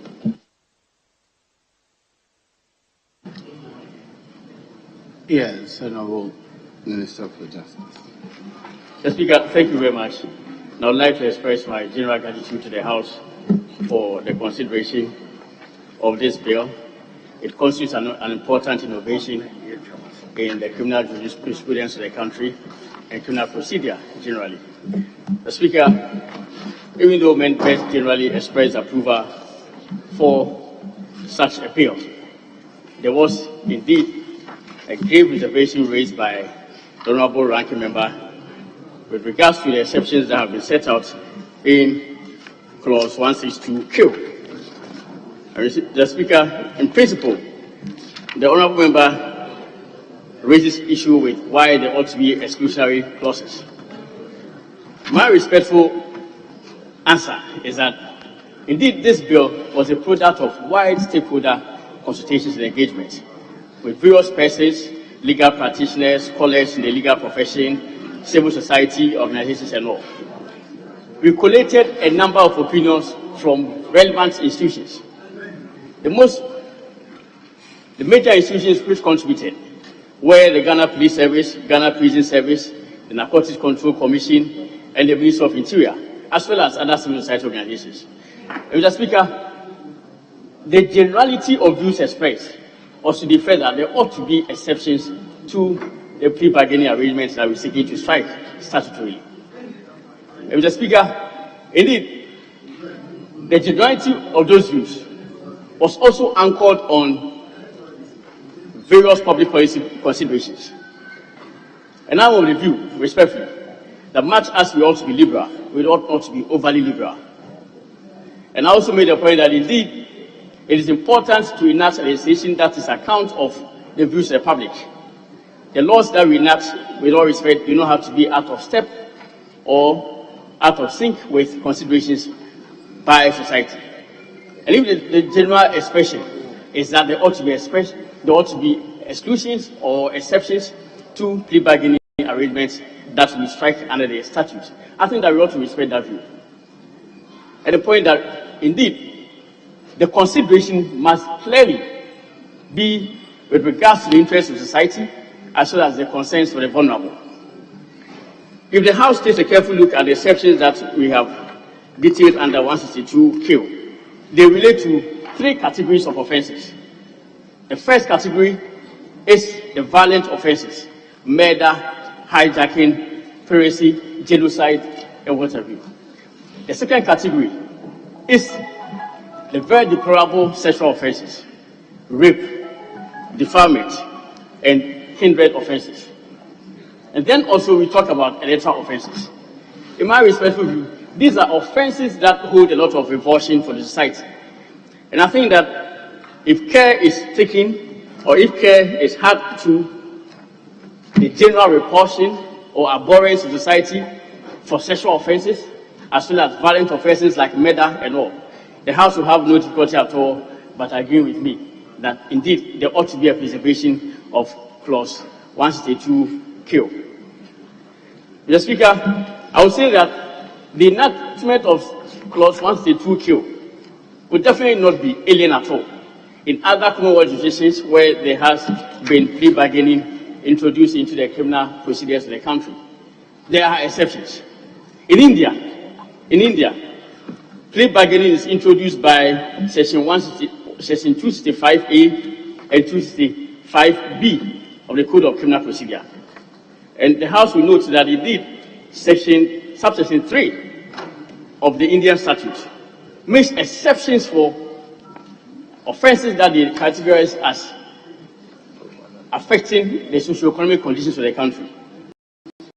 So it is, if I may quote respectfully, it says plea bargaining does not apply to an offense affecting the socio-economic conditions of the country.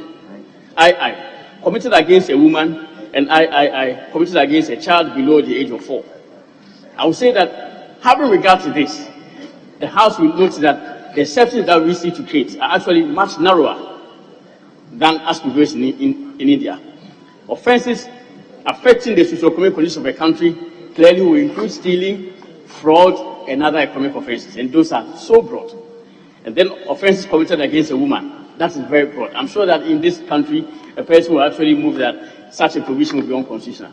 But in India, it exists. And as I said, it is clearly taking account of the specific concerns of the country and the need to protect the vulnerable in society. Then, the Speaker, we go to Kenya. Kenya also incorporates plea bargaining into its criminal procedure code. And that is by section 137A to 137O of the criminal procedure code, cap 75. And the criminal procedure plea bargaining rules of 2018 as well. Under subsection 7, the court will note, the House, will note that there has been an exception granted to sexual offenses, including rape, attempted rape, sexual assault, defilement, gang rape, indecent acts with a child or adult, child trafficking, child sex, tourism, child prostitution, child pornography, incest with male persons, and incest with female persons, and B, offenses of genocide, war crimes, and war crimes against humanity. And I ought to remark, even before I forget, that in respect of offenses like piracy, clearly they are international crimes. They are crimes that have international recognition, and Ghana is actually about now to enact specific legislation dealing with piracy. It is therefore important that we preserve piracy, genocide, and other offenses from the application of plea bargaining rules or procedures. The Speaker, the last example I would like to quote is also from California. California has exempted plea bargaining from being applicable to driving under the influence of alcohol and then also drug offenses. And that clearly takes account of the peculiar circumstances of the country. They recognize the immense harm that is caused by drug offenses as well as people who drive under the influence of alcohol. Mr. Speaker, I would say that in conclusion, we really have to have regard to the abhorrence the Ghanaian society feels for offenses like murder, and that is why it is not for nothing that capital punishment is being recognized by the Constitution of Ghana. And I believe that indeed, if there is even a referendum conducted on murder, or whether there should be a repeal of the death penalty, the country will vote against such a bill. Mr. Speaker, I would say that we ought not to be overly liberal, and we ought to proceed cautiously. We ought not to enact a bill which adopts plea bargaining without any boundaries or without any limitations, and we must have firm regard to the generality of views expressed by civil society as well as practitioners in the legal profession and scholars, and preserve clause 162K of the bill. I thank you very much. Very well. What do leaders want to do? Yes. Thank you, Mr. Speaker. Mr. Speaker, as you may be very much aware, we have gone long past the 2 o'clock. We didn't anticipate double sitting. And unfortunately, as it is, maybe now we are done with this, we have a lot of questions. We don't have the number to take a decision. So we may want to plead with our colleagues to let us adjourn to tomorrow. So hopefully, if we come in the morning, we may get the opportunity to put questions to this and maybe be able to progress. Thank you very much, Mr. Speaker. Yes, Speaker, I accede to the request by the minority whip for us to put hold on the question and further adjourn the House tomorrow. Very well. the question on the second reading is deferred. Now, is there any other matter you wish us to consider? Because of the announcement we had put out earlier regarding the funeral and the fact that leadership and other members will be paying our last respect, I don't know if it will impact the time we will sit tomorrow. Probably we should sit at 11 in the morning or noon, preferably. So we should sit at noon. Yes. Thank you, Mr. Speaker. I want to agree to my colleague Majority Whip. If tomorrow is the turn of Parliament to far pass, I mean, the law Manche is not just an ordinary chief. It's important we pay our last respect. So maybe we should target to see between 12 and 4. So that we start sitting at noon. Noon, that's in the, 12. So we target. Come again. My advice is that we would leave here by 9. By 9:30, we should be able to leave there by 10:30 or 11 at most. And so we can sit at 12. We can sit at 11 rather than 12. Yes. Right. It's going to be a short ceremony. And so, very well, I'll bring proceedings to a close. Then, the House is accordingly adjourned to Thursday, 17th March 2022 at 11 o'clock in the forenoon.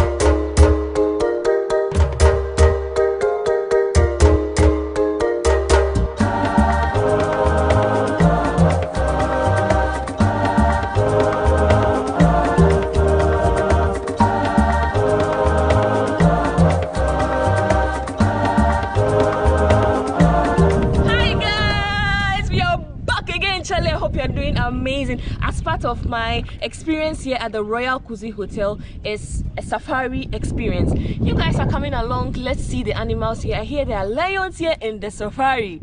Did you know that? I'm yet to see it for myself. So let's go. Let's experience the place. I like the view. I love the West. I love the Upper West. Let me know in the comment section if you're enjoying my Upper West series so far. Let's go. Let's see what they got.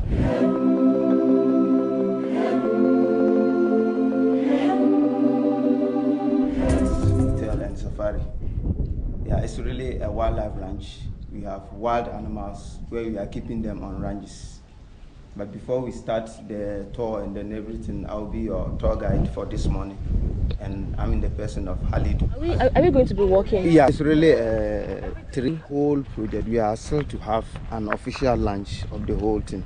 Okay. Maybe when that is done, our safari cars and then everything is already in. Okay. So we'll not be doing this walking tour. And then we just have a drive tour. It's because we are the pioneers. You see, we are the pioneers. Exclusives when you roll with us. So yeah. So what's in this here? This our hippo camp. Ah. This camp is referred to as our hippo camp. Are the hippos in here? Yeah, they are in. Wow. The hippos are here. Yeah, they are in. Where are they? Are they big? They are big, but they are really young ones. Oh, okay. How old are they? They are just 20 months old. Oh, okay. This camp is electrocuted. It's electrocuted because of the hippopotamus.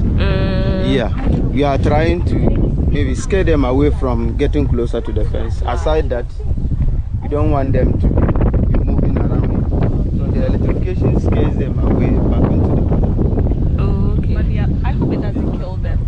No, it doesn't kill because what do they eat? they feed on grass. They are looking for supplement. Usually we go around the banks of the dams in the morning to also search for fresh grass to just add to their feed.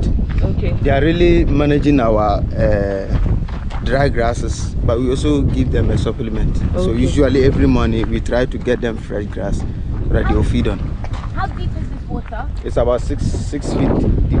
6 feet? 6 feet. But that covers all their body. Yeah, it covers, even 3 feet can cover their body. So what happens is, because here we have different seasons, the dry and then the wet season. But we've monitored this water for the past 2 years to also know that the drainage system doesn't pass that 3 feet level, so which holds the hippos. Yeah, you can see their body.